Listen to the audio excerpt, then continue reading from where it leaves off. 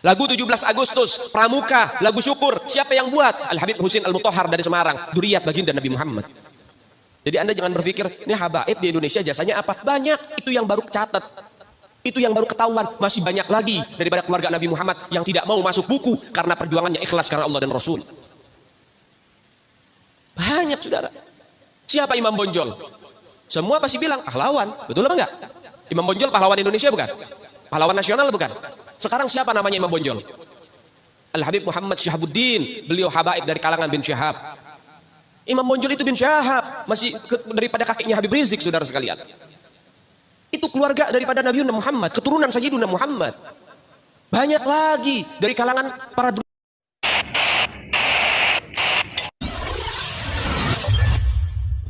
habaib datang ke Indonesia bukan untuk melas. Kami nggak diajarkan minta-minta, saudara. Jangan khawatir.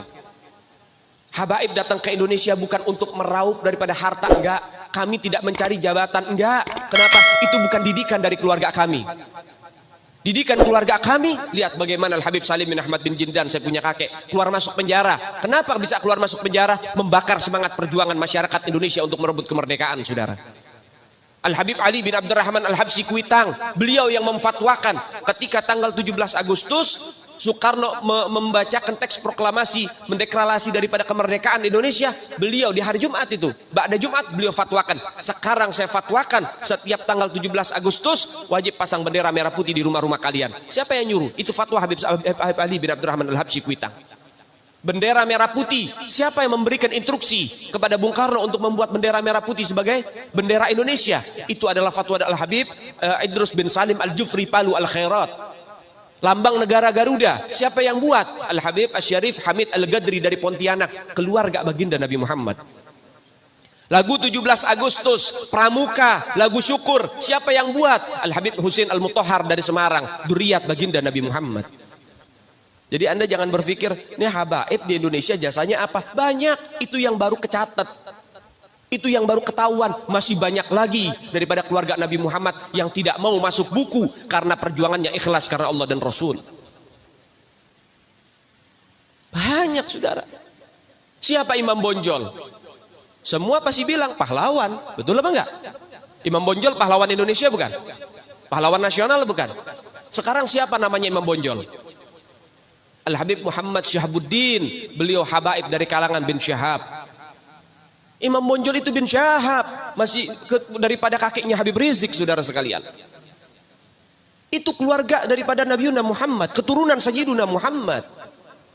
Banyak lagi dari kalangan para dzurriyyat Nabi Muhammad sallallahu alaihi wasallam yang jasanya besar di Indonesia, tapi kita nggak ada yang tahu. Kenapa? Karena itu kami nggak cari popularitas, kami nggak cari madah pujian, kami nggak cari tempat kedudukan, yang kami cari ridho Allah dan Rasulnya. Sehingga hal ini perlu diungkap, saudara sekalian. Bagaimana keluarga Nabi Muhammad jasanya besar, dan umat ini harus dihubungkan kembali dan dieratkan kembali kepada keluarga baginda Nabi Muhammad.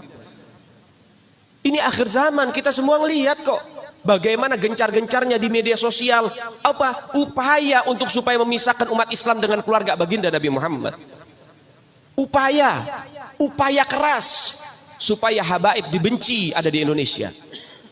Mulai Habib dengan kiai diadu, Habib dengan ustadz diadu. Mulai ada hal-hal semacam itu. Apa? Dendam politik, saudara. Gak keluar dari situ. Karena dendamnya kepada Habib Rizik sehingga akhirnya demikian. Habib Rizik itu siapa? Keluarga Nabi Muhammad, keturunan Nabi Muhammad, cucunya Nabi Muhammad. Beliau bukan penjahat kok, bukan koruptor. Beliau nggak pernah bawa lari uang rakyat. Beliau nggak pernah ngerugiin negara. Beliau tidak pernah mencemarkan nama baik negara. Beliau itu bukan penjahat, saudara. Bukan penjahat. Apa masalahnya dia? Sehingga dicecar sedemikian rupa. Cuman masalah prokes doang 4 tahun, saudara. Berapa banyak di luar sana pejabat, aparat, bahkan rakyat yang melanggar prokes gak ada yang ditahan. Kenapa cuman Habib Rizik yang ditahan? Ini upaya untuk supaya umat Islam benci terhadap keluarga baginda Nabi Muhammad. Hati-hati, saudara sekalian. Nabi bilang, man mata ala bugdi ahlul bait mata yahudian atau nasranian. Siapa orang yang mati membawa benci kepada keluarga baginda Nabi Muhammad, dipastikan mati dalam keadaan Yahudi ataupun Nasrani, atau dalam bahasa daripada sederhananya mati dalam keadaan murtad. Sahabat tanya, wa in sama wa shalla ya Rasulullah, Walaupun orang itu puasa, walaupun orang itu sholat, apa tetap hitung mati murtad? Apa kata Nabi? Wa in shamma wa shalla. Walaupun orang itu puasa, walaupun orang itu sholat, kalau dia mati bawa benci kepada keluarga Nabi Muhammad, dipastikan mati dalam keadaan murtad.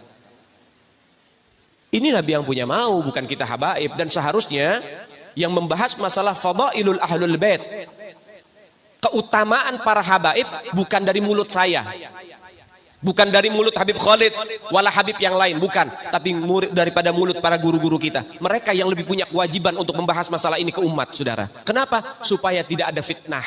Kalau saya yang bicara begini, akan ada pertanyaan, itu maunya Habib, itu maunya dia, itu mah dalil buat-buatan dia. Terserah Anda. Kita tinggal menyampaikan ini dalil, menyampaikan ini